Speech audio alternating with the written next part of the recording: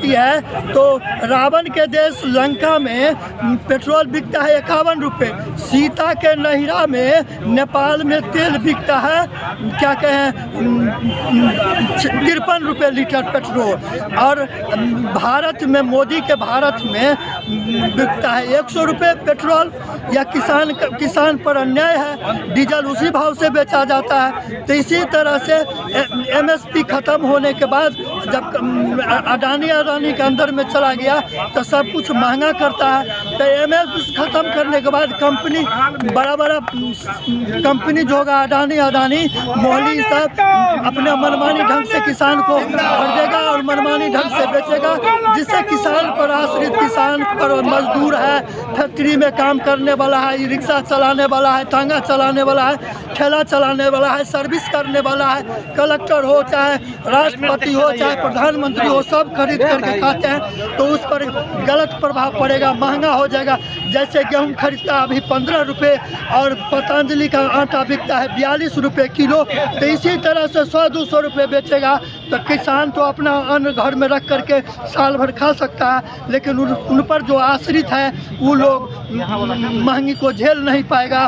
और 80 करोड़ परिवार जो देश में BPL कार्ड पर जिसको अन्न दिया जाता है वो सब भूखे मरेगा। इसी तरह से देश को बर्बाद करने के कगार पर यह बीजेपी की सरकार, RS समर्थित सरकार जो है सो लगी हुई है, जिसके कारण देश बर्बाद हो जाएगा। तीसरा कानून है कॉन्ट्रैक्टिंग फॉर्म, माने किसान को बड़े बड़े कंपनी को खेत देना ही पड़ेगा, और खेत जब देना पड़ेगा तो वो क्या करेगा, पहले मंडी में महंगा दर से खरीदेगा और सरकारी कानून सरकारी जो मंडी है उसको ख़त्म होगा। जैसे BSNL को भट्ठा बैठाने के लिए उसने क्या किया, पहले जियो वाला से फ्री कर दिया और उसके बाद अब 600 रुपये लेता है 88 दिन का, तो BSNL बैठ गया। उसी तरह से सब कुछ बैठ जाएगा, तो कॉन्ट्रैक्टी पर खाद बीज सब वही सप्लाई करेगा, तो किसान को मजबूरी में उससे खाद बीज लेना पड़ेगा और वह महंगा दर पर खरीदेगा अनाज। तो इसके लोभ में किसान फंस करके उसको खेत ठेका दे देगा, और जब खेत ठेका ले लेगा तब वह कहेगा फलाना चीज़ उपजाओ। उदाहरण के लिए कोका कोला कंपनी राजस्थान के किसान से आलू कहाँ खरीदेंगे, आलू की खेती करो, और जब आलू ज़्यादा उपज गया तब कहा चलना से जो पास करेगा वही लेंगे और 5 रुपये किलो लेंगे। वैसे भी अभी किसान का आलू 3 रुपये हो गया है। तो इस सारी व्यवस्था करके यह पूरा देश के किसान को, मजदूर को गुलाम करना, और गोलवलकर का जो सिद्धांत है, देश को इतना न निचोड़ दो, 95% जनता को इतना न निचोड़ दो जो उसको जो खाना मिले, 5 किलो गेहूँ मिले, उसी को वह विकास समझे, और अधिक दिन तक पूंजीपतियों का इसका राज चलेगा। इसी निर्देश के अनुसार, इसी के समर्थन के लिए हमारे विरोधी दल के नेता, राष्ट्रीय जनता दल के नेता तेजस्वी प्रसाद के आह्वान पर हम लोग पूरा बिहार में चक्का जाम किए हैं। वैसे किसान के आह्वान पर पूरा देश में चक्का आज जाम है। इतना ही कह करके मैं और बोल गया। आगे की नीति क्या है? आगे की नीति, जब तक यह हमारा तीनों कानून, काला कानून जो किसान के प्रति है, इसको वापस नहीं लेगा, तब तक हम लोग यह हड़ताल, प्रदर्शन, चक्का जाम करते रहेंगे। यह किसानों के लिए कील ठोकवाया है। हम आपको बता दें, जब रावण का लड़ाई हुआ था तब रावण भी सेतु पर, जो समुद्र के सेतु था, उस पर कील नहीं ठोकवाया था।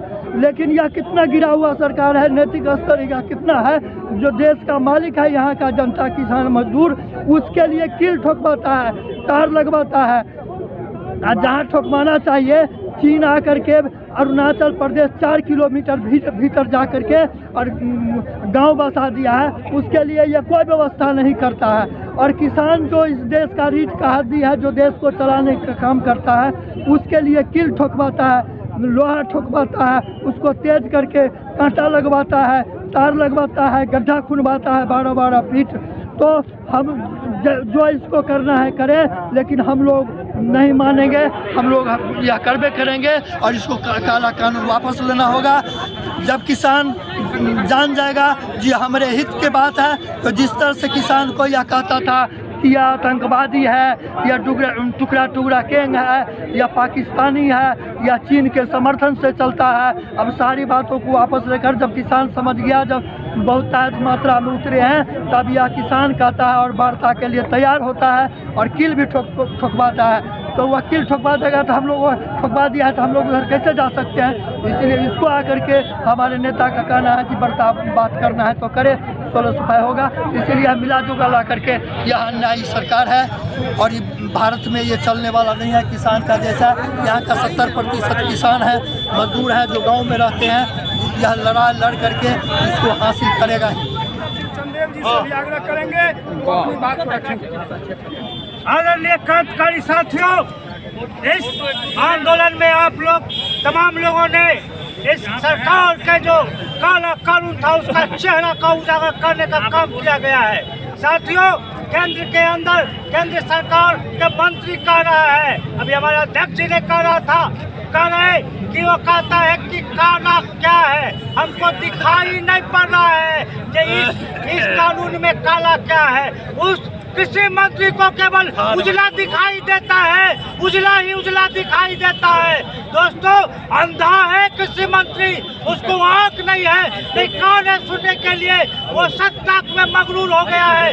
किसान की आवाज को वो दबाना चाहता है, किसान को दमन की नीति करके वो सारे आंदोलन खत्म करना चाहता है। दोस्तों, आने वाला समय में लोकतंत्र की हमला हो रहा है, लोकतंत्र की हत्या हो रहा है और किसान की हत्या हो जाएगी। उस दिन देश नहीं बचेगा और देश नहीं बचेगा तो सारा चीज बर्बाद हो जाएगा।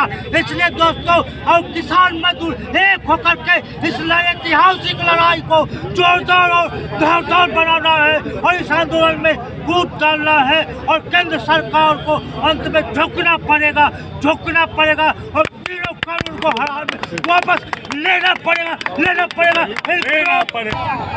आप देख रहे हैं कि किस तरह से 73 दिनों से किसान सड़क पे आंदोलन कर रहा है, किस तरह से बढ़ने लगी है। मुझे लगता है कि 100-150 की संख्या में किसान जिनका काम सड़क पे है।